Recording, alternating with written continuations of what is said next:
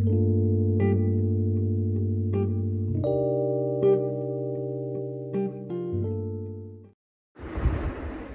Guys, नमस्ते, welcome to आपका अपना चैनल गुरु घंटाल।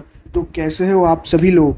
जैसा आप सभी जानते हो कि गुरु घंटाल टीम ने आपके लिए डाटा स्ट्रक्चर एंड एल्गोरिथम के फर्स्ट और सेकंड यूनिट ऑलरेडी आउट कर चुके हैं। आप उन्हें जाके पढ़ सकते हो। और अब बारी है यूनिट 3 की। यूनिट 3 में हमें क्या पढ़ना है? यूनिट 3 में हमें एक non linear data structure tree के बारे में पढ़ना है, जिसका जिक्र हमने फर्स्ट यूनिट में किया था लीनियर और नॉन लीनियर डाटा स्ट्रक्चर्स में। तो स्टार्ट करने से पहले हर बार की तरह लाइक कर दो, शेयर कर दो और कमेंट ज़रूर करो। It feels good when you support us. Okay, तो हम चालू करते हैं यूनिट 3 ट्री। ओके, पहला क्वेश्चन, डिफाइन ट्री। अब ट्री क्या होता है? सबसे पहले एक ट्री जो है वो नॉन लीनियर डाटा स्ट्रक्चर है, ये बात तो सभी को क्लियर है। Now, moving on to its definition, a tree data structure is defined as a collection of objects or entities known as nodes that are linked together to represent. Okay, जैसे link list में nodes होती है ना, वैसे ही tree में भी nodes होती है। ओके, तो ये हमारी डेफिनेशन हो गई ट्री की। हम सेकंड क्वेश्चन की तरफ मूव करते हैं। Define N ary tree. अब एन अरे ट्री क्या होती है? The n array tree is a tree that allow us to have n number of children of a particular node. मैं आपको एक चीज़ क्लियर करने वाला हूँ डायग्राम के थ्रू, जिससे हमारे आने वाले क्वेश्चन इजी हो जाएंगे। ओके, तो मैं आपको ट्री का थोड़ा सा स्ट्रक्चर बता देता हूँ। हालांकि मैंने पहले भी बता दिया है, बट एक बार फिर से। ये हमारा स्ट्रक्चर है ट्री का। ओके, तो इसके अंदर जो फर्स्ट नोड होती है इसे रूट नोड बोलते हैं, हमें सबको पता है। और बाकी जो 3 नोड है ये चाइल्ड नोड कहलाती है। ओके, इनका पेरेंट नोड क्या है? जो हमारी फर्स्ट नोड है, ये फर्स्ट नोड है हमारी। ओके, और ये और ये इसकी चाइल्ड नोड है। ठीक है, तो एन अरे ट्री क्या होता है? N ary tree is a tree that allows us to have n number of childrens of a particular node. N ary tree के अंदर क्या होता है? एक नोड के, ये जो है ना, ये हमारी नोड कहलाती है।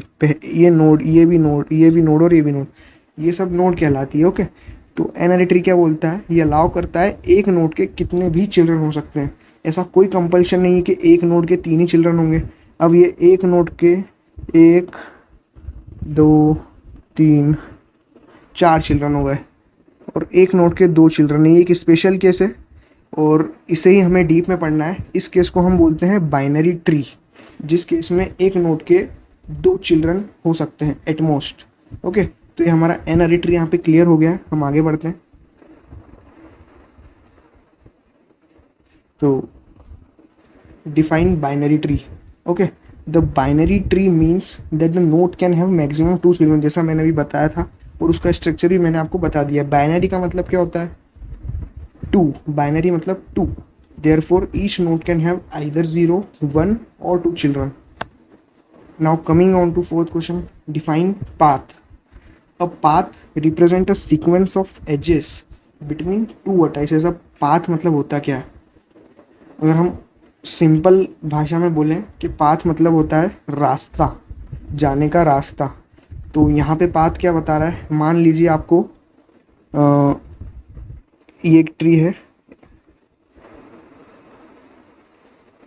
आपको इस नोड पे पहुंचना है और ये रूट नोड है, ये आपकी रूट नोड है। तो आप कैसे जाओगे? ऐसे और ऐसे। तो ये क्या हो गया? ये इसका पाथ हो गया, ये इस नोड तक पहुंचने का। ओके, ठीक है, तो हमारा पाथ हो गया। Define root. रूट तो मैंने बता ही दिया। Root represent the starting point of a hierarchical tree structure. एक और इम्पॉर्टेंट चीज़, हम ट्री को हायरार्कियल स्ट्रक्चर बोलते हैं। अब इसे ऐसा क्यों बोलते हैं हम देखते हैं। हायरार्कियल स्ट्रक्चर इसलिए क्योंकि इसकी जो कुछ टर्म्स है उनका नाम भी इसी बेसिस पे रखा गया है। और हायरार्कियल इसलिए भी बोलते हैं क्योंकि यहाँ हर नोड का कुछ नोड से कुछ ना कुछ रिलेशन होता है, और रिलेशन कैसा होता है हम देखते हैं। जैसे ये हमने एक बाइनरी ट्री बनाया है जिसके अंदर एटमोस्ट 2 चिल्ड्रन हो सकते हैं। तो इसके अंदर ये वाली नोड कहलाती है रूट नोड। ओके, और ये दो कहलाती है चाइल्ड नोड। किसकी? रूट नोड की चाइल्ड नोड है ये दोनों, ये वाली और ये वाली रूट नोड की चाइल्ड नोड है।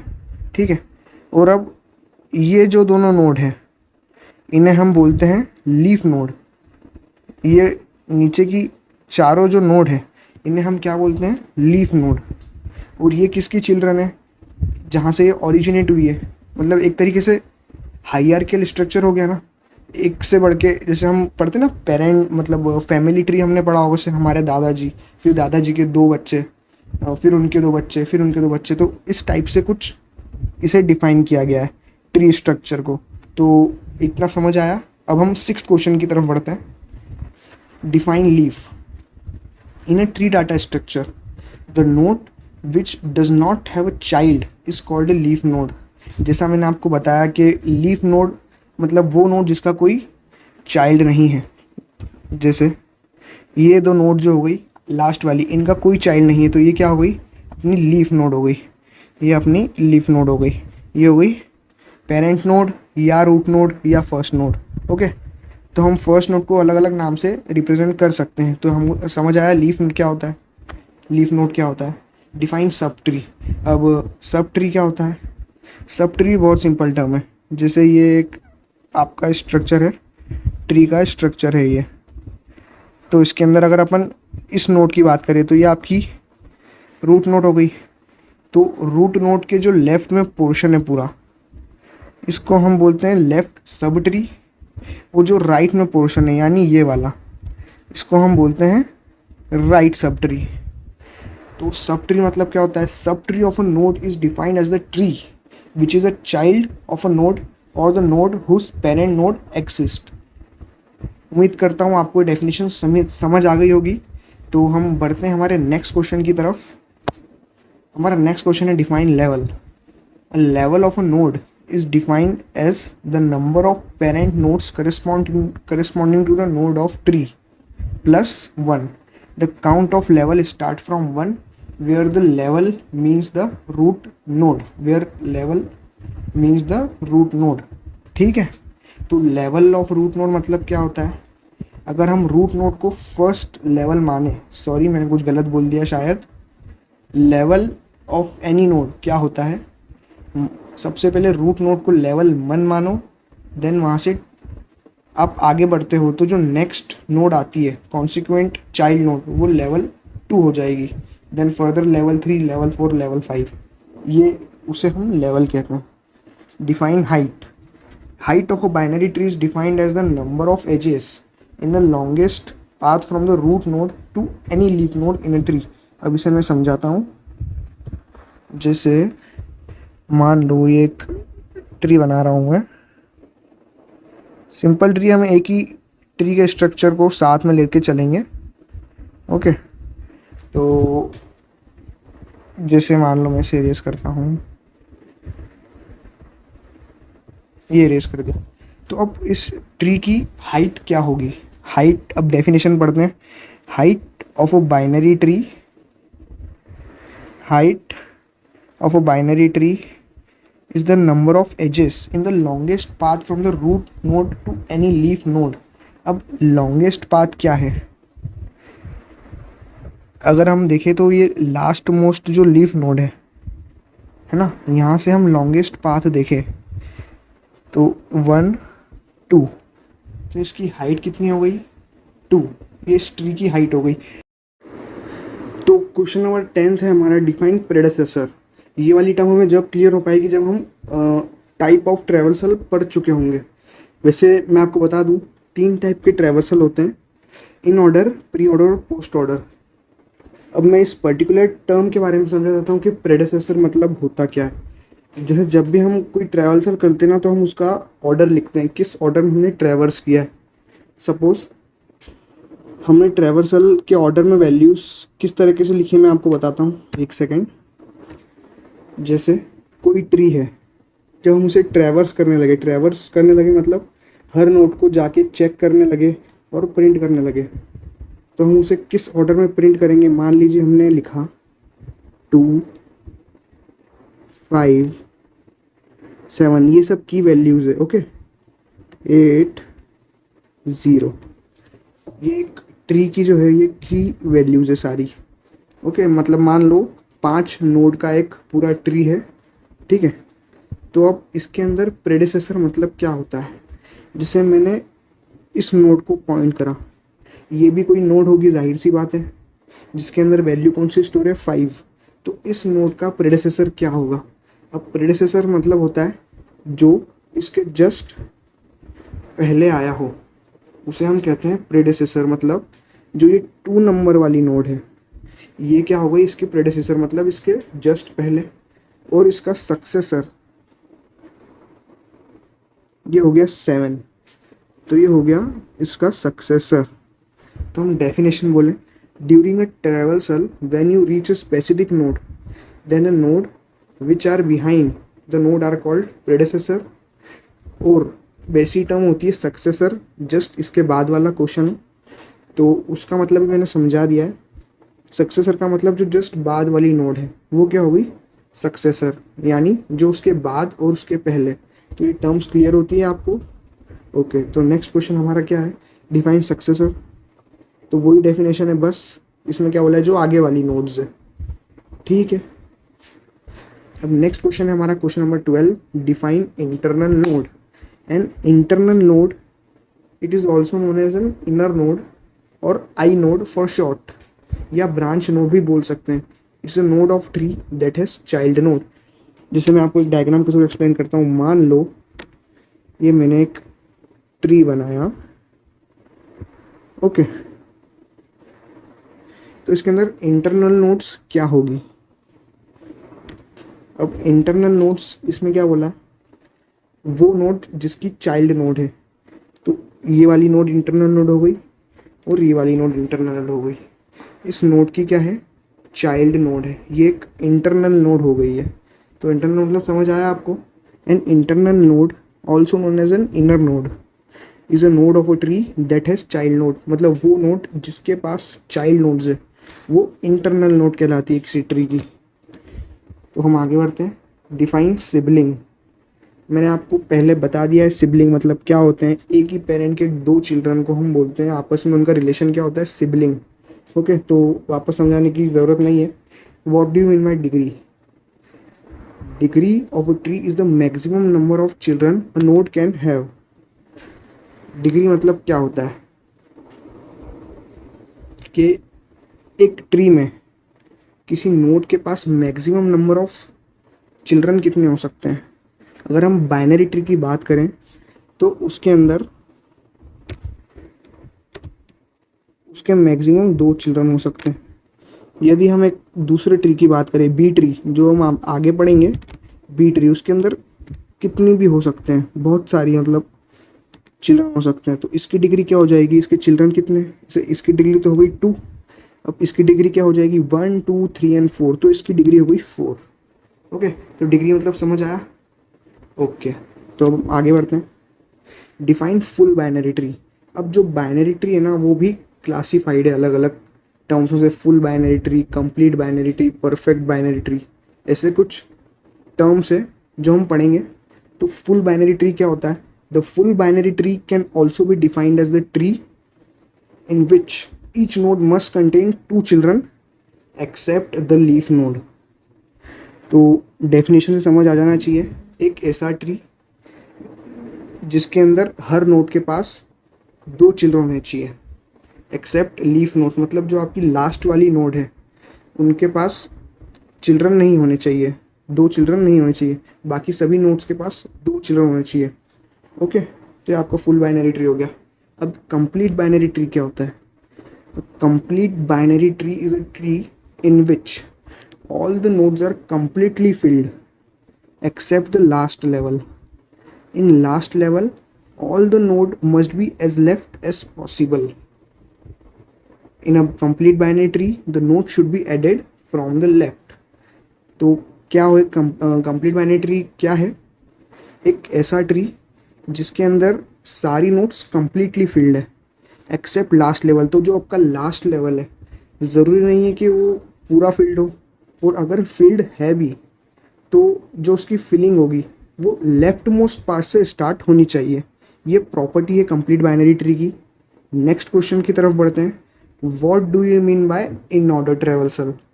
सबसे पहले ट्रेवर्सल क्या होता है? It is a method, it is a process to visit all the nodes of a tree and may print their values too. तो अब इन ऑर्डर ट्रेवर्सल क्या हो सकता है? इन ऑर्डर ट्रेवर्सल के अंदर होता क्या है, हम जब भी ट्रेवर्स करते हैं किसी ट्री को तो सबसे पहले हम क्या लिखते हैं? मैं आपको बताता हूँ। सबसे पहले हम लेफ्ट वाली नोड को ट्रेवल्स करेंगे। ओके, किसी भी ट्री की सबसे लेफ्ट मोस्ट को ट्रेवल्स करेंगे, फिर उसकी रूट को ट्रेवल्स करेंगे, मतलब जो लेफ्ट मोस्ट नोड है उसकी रूट को, देन राइट नोड को। समझे आप? जैसे मैं बताऊं आपको, हमने एक ट्री बनाया, मैं इसे एरेज कर रहा हूँ। जो मैंने लिखा है, इसे मैंने एक ट्री बनाया। ये विजिबल होगा, सबको प्रॉपरली विजिबल होगा। तो मुझे इसका इन ऑर्डर ट्रेवर्सल लिखना है। ये सेकंड साइड बना दिया मैंने, इसका इन ऑर्डर ट्रेवर्सल लिखना है। तो सबसे पहले मैं क्या करूँगा, मैं ट्रेवर्स करूँगा लेफ्ट मोस्ट नोड। तो मैं रूट पे हूँ, देन रूट पे मैं, रूट का लेफ्ट वाली नोड कौन सी है? ये नोड। तो यहाँ पे आया, देन मैं सबसे लेफ्ट मोस्ट यू नोड यानी ये वाली नोड पे आ गया। तो सबसे पहले मैं इसे ट्रेवर्स करूँगा।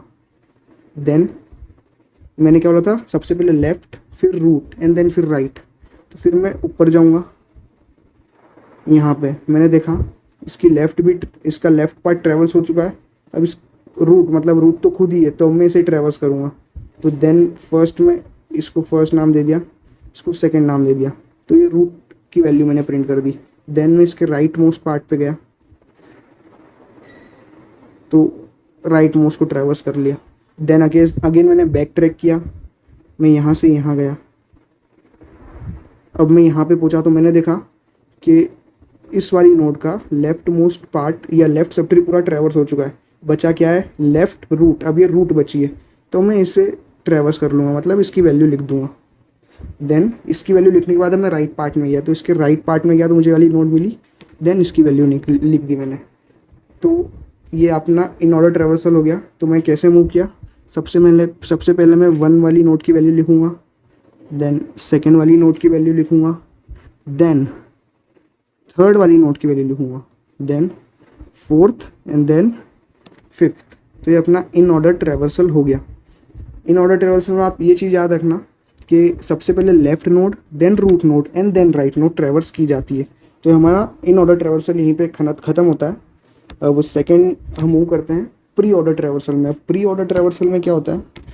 सबसे पहले करी जाती है आपकी root traverse, then left most node traverse and then right most node traverse. Okay, in this traversal method the root node is visited first, then the left subtree and finally the right subtree. अब मैं इसका पूरा एकदम वैसे explain नहीं करूँगा जैसे मैंने इन ऑर्डर का करा।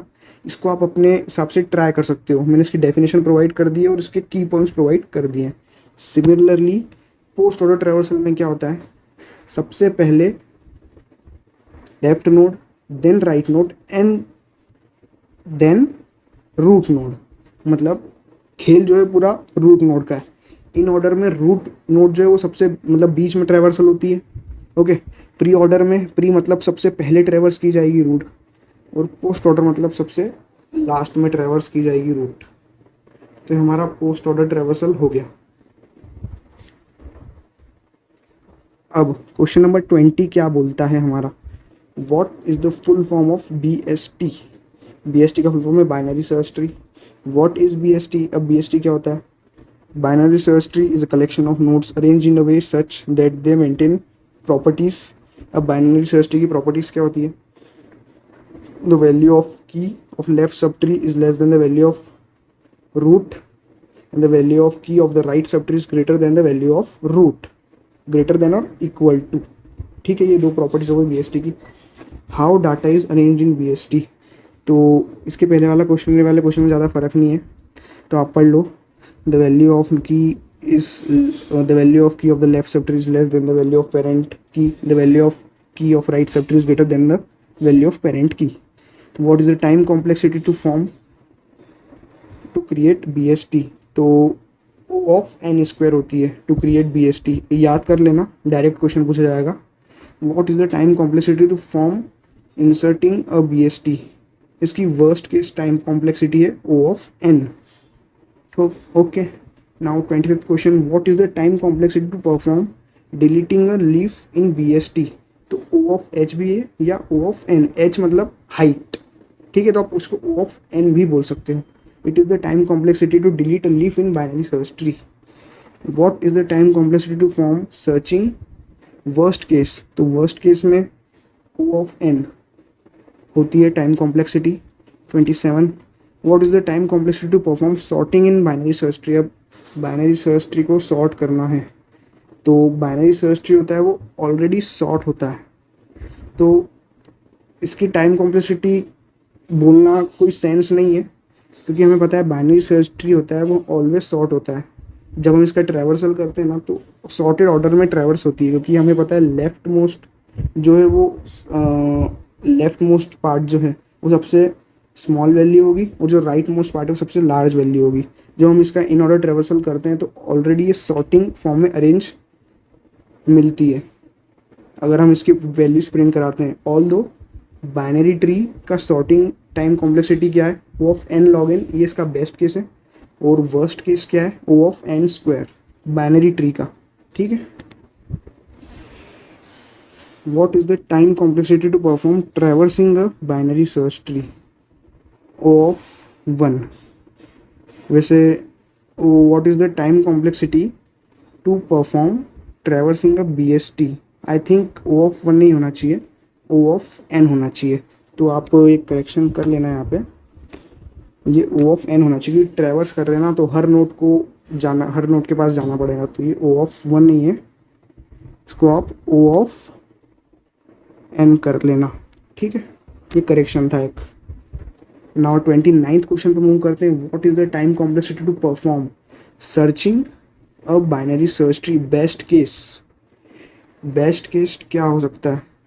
सबसे पहले हमें किसी को भी सर्च करना है तो इसका बेस्ट केस जो होगा ना वो O ऑफ 1 होगा. हमें पता है कि बाइनरी सर्च ट्री जो असेंडिंग ऑर्डर में अरेंज होता है, ओके. तो हम अलग अलग एल्गोरिदम्स अप्लाई कर सकते हैं किसी को भी सर्च करने के लिए, तो लेकिन जो बेस्ट केस होगा, जो हमारा बेस्ट केस होगा वो तो O ऑफ 1 ही होगा. बेस्ट केस O ऑफ 1 ही होगा, क्योंकि हो सकता है जो हमें रूट चाहिए, जो हमें नोड की वैल्यू चाहिए वो रूट नोड ही हो, तो बेस्ट केस तो O ऑफ 1 होगा. क्योंकि और एक चीज़ और, असेंडिंग ऑर्डर में अरेंजमेंट मिलता है जब भी हम इसका इन ऑर्डर ट्रैवर्सल करते हैं, तो बाइनरी सर्च ट्री का in order traversal ascending order, ठीक है, मैंने बता दिया. What is the worst time complexity for delete operation in a binary search tree? तो वर्स्ट केस तो देखो O ऑफ n ही होना है, हर केस में O ऑफ n ही होगा, क्योंकि इट मे बी पॉसिबल जो वैल्यू हमें डिलीट करनी है वो लास्ट नोड ही हो, तो O ऑफ n ही होगा वर्स्ट केस तो. 32. What is the best case time complexity for search operation in a binary search tree? O of 1, ठीक है, ये रिपीट हो गया क्वेश्चन, ठीक है. Suppose the numbers are inserted in that order into a initially empty binary search tree. What will be the sequence if in order traversing is done? एक point आप सब याद रख लो, जब भी हम इन ऑर्डर ट्रैवर्सिंग करते हैं तो वैल्यू जो है हमेशा असेंडिंग ऑर्डर में प्रिंट होती है. तो आप डायरेक्ट आंसर दे सकते हो without creating a tree, without using a pen and paper. आप डायरेक्टली इन वैल्यूज़ को असेंडिंग ऑर्डर में अरेंज कर दो, तो ये आपका इन ऑर्डर ट्रैवर्सिंग हो गया, okay. Then 34th question. Every full binary tree is also a complete binary tree. ये ट्रू है कि फॉल्स है? ये एक फॉल्स स्टेटमेंट है. अब इसका एग्जाम्पल भी देके रखा है. ये जो मैंने एग्जाम्पल दिया है ये एक फुल बाइनरी ट्री है पर एक कंप्लीट बाइनरी ट्री नहीं है। अब ये कंप्लीट बाइनरी ट्री क्यों नहीं है? Can you guess? Complete binary tree की एक प्रॉपर्टी होती है कि अगर नोड्स इंसर्ट होती है तो वो लेफ्ट मोस्ट सब ट्री से स्टार्ट होती है। लेकिन यहाँ पे क्या है, यहाँ पे ऐसा है कि जो ये वाला पार्ट है ये राइट मोस्ट नोड में अटैच हुआ है या राइट मोस्ट नोड से ओरिजिनेट हुआ है। जबकि अगर, तो ये तो फॉल्स स्टेटमेंट हो गया। ये ट्रू कब होता? ये ट्रू तो एक्चुअली स्टेटमेंट होता ही नहीं। मैं बता रहा हूँ ये फॉल्स क्यों है, क्योंकि अगर ये इसको कंप्लीट बाइनरी ट्री होना होता तो ये जो दो नोड है ये पहले यहाँ से अटैच होना चालू होती, मतलब 20 नंबर वाली नोड पे सबसे पहले इंसर्शन होता इन दो नोड्स का। तो इसलिए ये इसका काउंटर एग्जाम्पल है, तो ये स्टेटमेंट फॉल्स है। तो हमारा क्वेश्चन नंबर 35 है, what is threaded binary tree?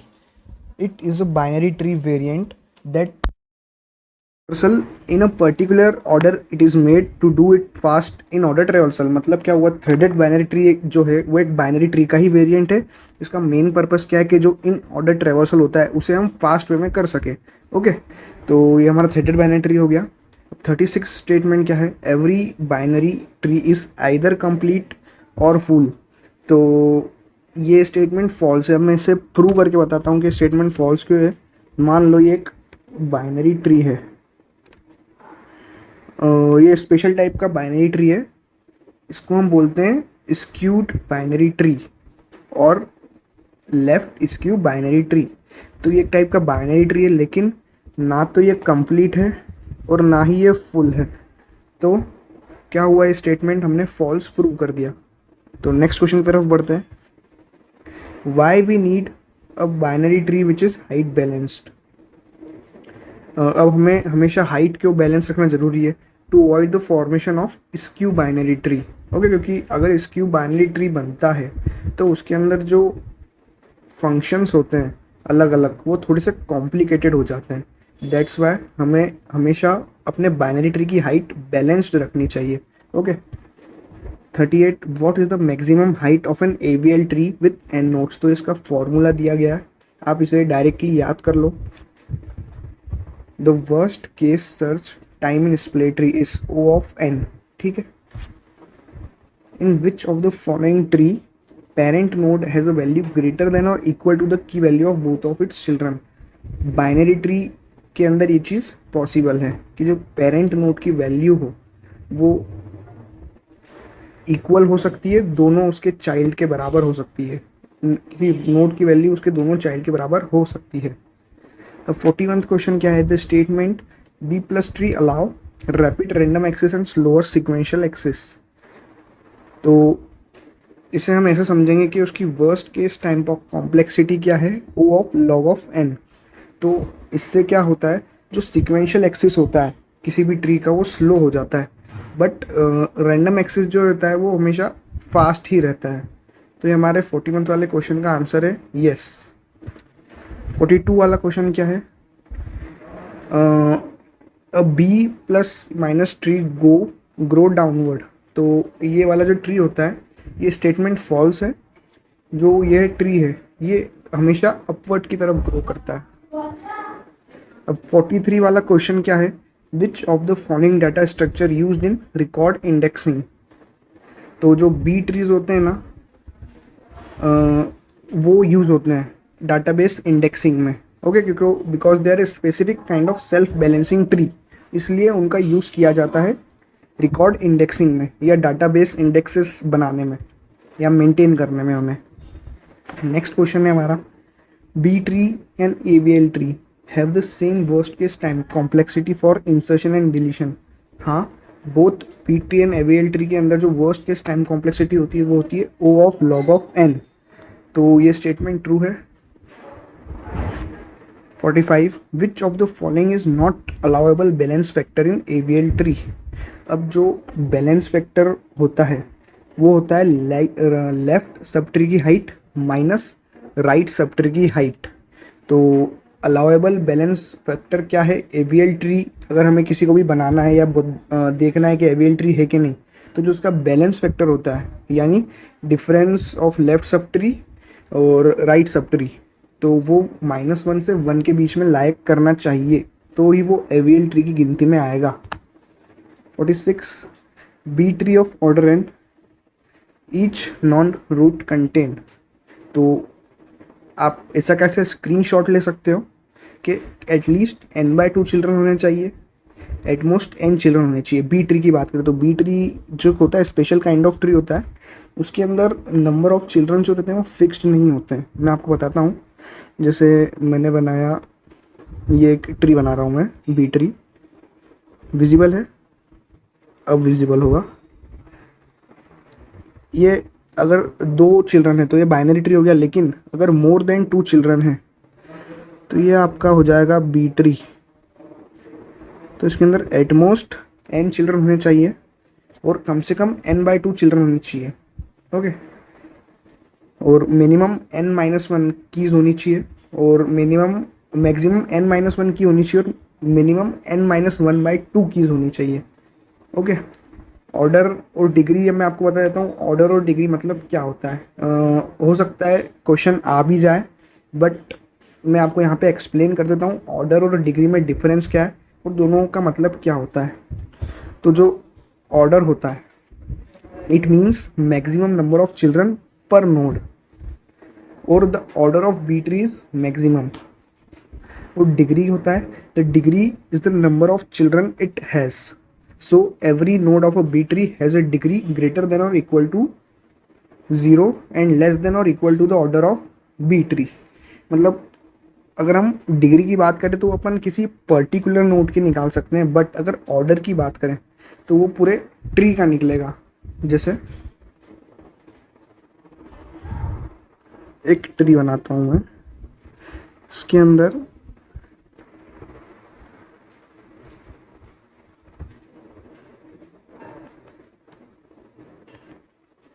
तो अब इसके अंदर मैक्सिमम कितने चिल्ड्रन अलाउड है। जैसे इसकी बात करें तो इसमें इसके 2 चिल्ड्रन है, इसकी बात करें तो इसके 3 चिल्ड्रन है, और अगर इसकी बात करें तो इसके 2 चिल्ड्रन है।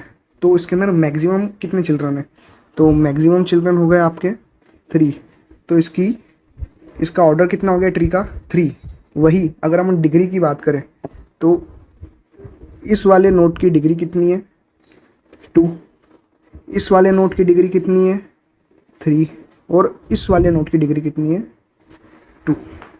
तो आपको समझ आ गया ऑर्डर और डिग्री में डिफरेंस। ओके, तो हम आगे बढ़ते हैं।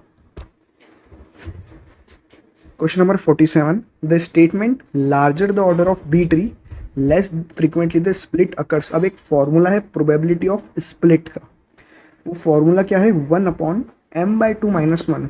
अब यहाँ पे m क्या है, m जो है वो ऑर्डर ऑफ बी ट्री है। तो जाहिर सी बात है फॉर्मूले में अगर हम देखें, अगर m लार्ज होगा तो प्रोबेबिलिटी लेस हो जाएगी, और अगर m लेस होगा तो प्रोबेबिलिटी लार्ज हो जाएगी। तो ये स्टेटमेंट जो है, larger the order of B tree less frequently the split occurs, तो ये स्टेटमेंट आपका ट्रू है। ठीक है, आगे बढ़ते हैं। 48, if a node having 2 children is to be deleted from a binary search tree, then it is replaced by its in order successor। अब मैंने आपको बताया था सक्सेसर और प्रीडिसेसर क्या होते हैं, तो आप याद रख लीजिए। अगर किसी नोड को हमें डिलीट करना है जिसके 2 चिल्ड्रन हैं, तो वो डिलीट होके उस नोड की पोजीशन पे हम किसे रखेंगे, उसके इन ऑर्डर सक्सेसर, मतलब जो उसके जस्ट बाद वाली नोड है या नोड की वैल्यू है, उसे हम उसको रिप्लेस करके उस वाली नोड को प्लेस कर देंगे। 49 क्या है, if a node having 1 child to be deleted from binary search tree, it is replaced by its child node. अब मान लो किसी नोड का एक चाइल्ड डिलीट होने वाला है, तो उस नोड को आप कैसे रिप्लेस करोगे, तो उसकी चाइल्ड नोड से रिप्लेस कर दोगे, जिस नोड का केवल एक ही चाइल्ड है। तो आपको सोचना ही नहीं है, डायरेक्टली उसकी जगह उसकी चाइल्ड नोड को रख देना है। 50th question, which of the following is not an advantage of tree. तो वैसे तो जो अपना ये डाटा स्ट्रक्चर है एक नॉन लीनियर डाटा स्ट्रक्चर है, और इसका एक डिसएडवांटेज ये है कि रन टाइम कभी कभी इंक्रीज हो जाता है सर्चिंग और इंसर्शन ऑपरेशन में। ओके, तो ये इसका एक डिसएडवांटेज है। नेक्स्ट क्वेश्चन पे बढ़ते हैं। The balance factor of a node in a binary tree is defined as, अब जैसे मैंने आपको बैलेंस फैक्टर बता दिया था और ये भी बता दिया था कि एवीएल ट्री के अंदर बैलेंस फैक्टर की रेंज क्या होनी चाहिए, -1 से 1 के बीच में। तो अभी आपको डेफिनेशन भी मिल गई है, जैसा मैंने बताया था कि हर क्वेश्चन की डेफिनेशन हमसे पूछी गई है। तो ये एक बहुत अच्छी बात है कि हमको डेफिनेशन भी पता चल जाएगी और उसका यूज़ भी पता चल जाएगा। तो डेफिनेशन क्या है? The difference between the height of its left सब tree and the right sub tree is known as balance factor of the node. Next question की तरफ बढ़ते हैं। Which of the following data structure is not a balance tree? तो जो B tree होता है, okay, उसके अंदर 2 से ज़्यादा चिल्ड्रन हो सकते हैं। Special case of binary tree it can have more than 2 childrens. तो यह एक बैलेंस बाइनरी ट्री हमेशा नहीं हो सकता है। ठीक है, नेक्स्ट क्वेश्चन की तरफ बढ़ते हैं। Which of the following data structure can be efficiently implemented using AVL tree?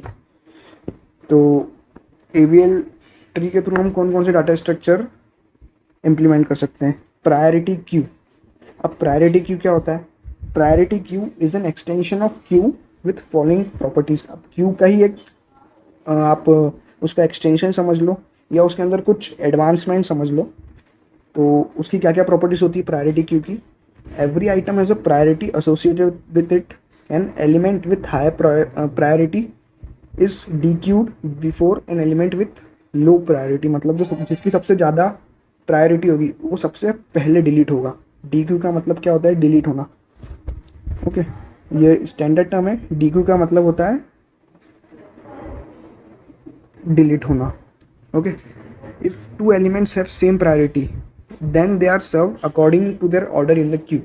अगर मान लो किन्हीं भी 2 एलिमेंट की सेम प्रायोरिटी है तो उनके ऊपर जो ऑपरेशन परफॉर्म होंगे वो क्या सोच के परफॉर्म होंगे? उनके ऑर्डर को सोच के, मतलब कि पहले कौन सा इंसर्ट किया गया है उसके ऊपर पहले परफॉर्म होगा कोई ऑपरेशन। ओके, ये समझ गए आप? थर्ड पॉइंट समझ में आ गया होगा। If 2 elements have same priority then they are serve according to their order in the queue. बहुत सिंपल लिखा हुआ है, तो आई थिंक सबको समझ आ रहा होगा जो मैं पढ़ा रहा हूँ। कुछ भी आपको डाउट आए तो आप नीचे कमेंट सेक्शन में पूछ सकते हैं या लाइव चैट में पूछ सकते हैं। हमारी टीम जल्द से जल्द उसका आंसर आपको प्रोवाइड कर देगी। 54th क्वेश्चन क्या है? In expression tree the leaf nodes are. अब एक्सप्रेशन ट्री क्या होता है? The expression tree is a binary tree in which each internal node correspond to the operator and each leaf node correspond to the operand. मतलब मैं आपको इसका एक structure बताता हूँ। जैसे मान लो ये हमारा एक एक्सप्रेशन ट्री है, तो जैसे क्या लिखा है इसमें? हर इंटरनल नोड। तो मैं इसका एक्सटेंशन और करता हूँ 2 मिनट, या मैं इसे बता देता हूँ। जैसे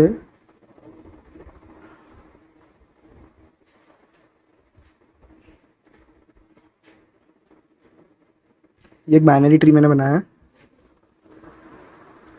इसके अंदर जो इंटरनल नोड है यहाँ पे कुछ मैंने ऑपरेशन लगाए हैं और यहाँ पे मैं कुछ वैल्यू लिख रहा हूँ 2 4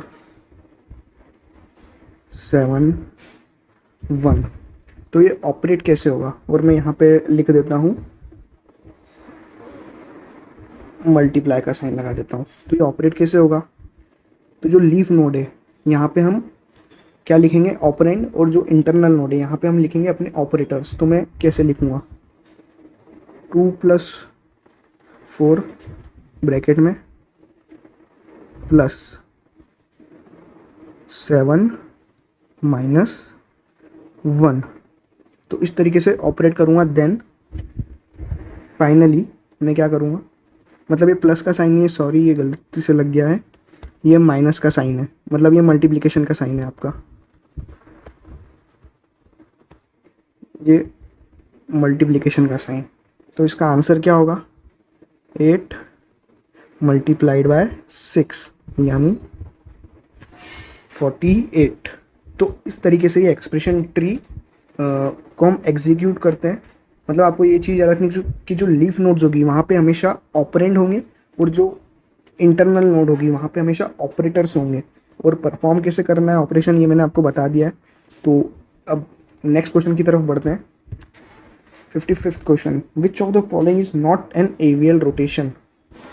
तो कभी आपसे क्वेश्चन पूछा जाए तो आप क्या बोलेंगे, इन चारों रोटेशन के अलावा और कोई सा भी रोटेशन हो वो एवियल रोटेशन नहीं है।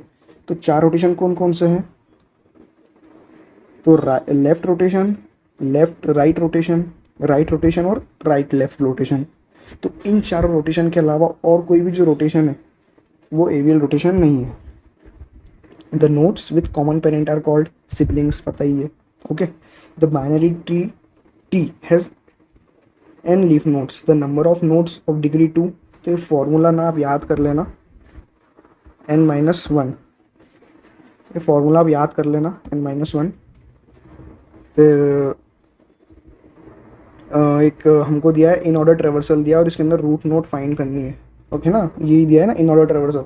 तो आप याद रखना सबसे पहली नोड है वो ही हमारी रूट नोड होगी। तो ये ट्री का स्ट्रक्चर कुछ ऐसा बनेगा।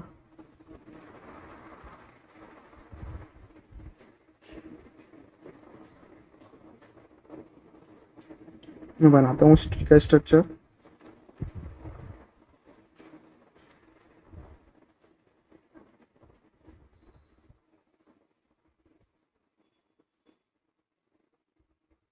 फोर, देन उसके लेफ्ट में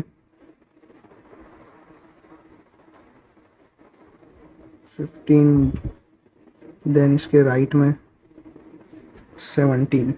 ओके, तो ये स्ट्रक्चर बन गया है अपने ट्री का। तो इसके अंदर रूट नोड जो होगी वो होगी ये वाली नोड, तो ये रूट नोड होगी। ओके, तो आंसर हमने दे दिया है, रूट नोड का आंसर है, answer 10th will be our root node. आगे बढ़ते हैं।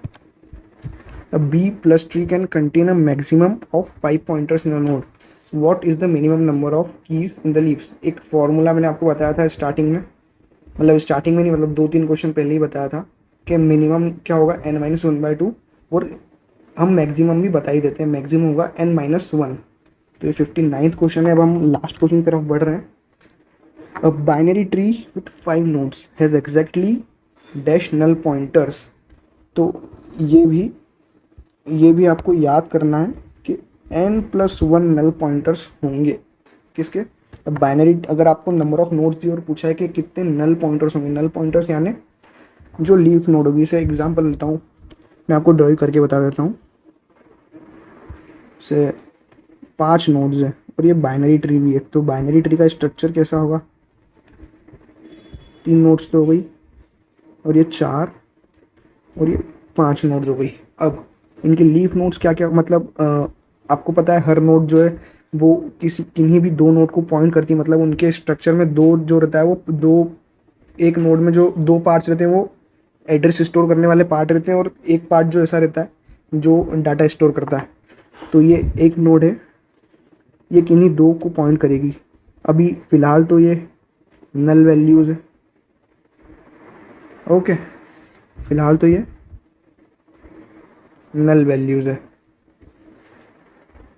देन ये जो 2 नोड्स है ये भी नल है क्योंकि किसी को पॉइंट नहीं कर रही है। सिमिलरली ये वाली नोड भी नल है। तो कितने नल पॉइंटर्स हो गए, 1 2 3 4 5 6। तो टोटल 6 नल पॉइंटर्स हो गए।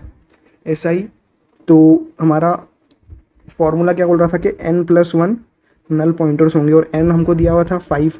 तो हम डायरेक्टली बोल सकते थे कि 5+1 6 पॉइंटर्स होंगे। ओके, तो ये हमारी वीडियो यहाँ पे ख़त्म होती है। और thank you for watching this video. अगर आपके कुछ भी क्वेश्चन हो तो कमेंट सेक्शन में ज़रूर क्वेश्चन पूछिएगा और इस वीडियो को ज़्यादा से ज़्यादा लाइक करिएगा, शेयर करिएगा और कमेंट करिएगा। आप हमें फेसबुक पर, इंस्टाग्राम पर, यूट्यूब पर फॉलो कर सकते हैं और आप हमारी साइट्स पे जाके वहाँ से नोट्स ले सकते हैं। हमारी साइट आपको दी गई है स्क्रीन पर, मैं एक बार बोल देता हूँ, guruvantal.godaddysites.com। यहाँ पे आपको जितनी भी वीडियोस अभी तक हो चुकी है उन सभी के नोट्स अवेलेबल हो जाएंगे। तो थैंक यू, मिलते हैं नेक्स्ट वीडियो में, तब तक के लिए टाटा बाय बाय, थैंक्स।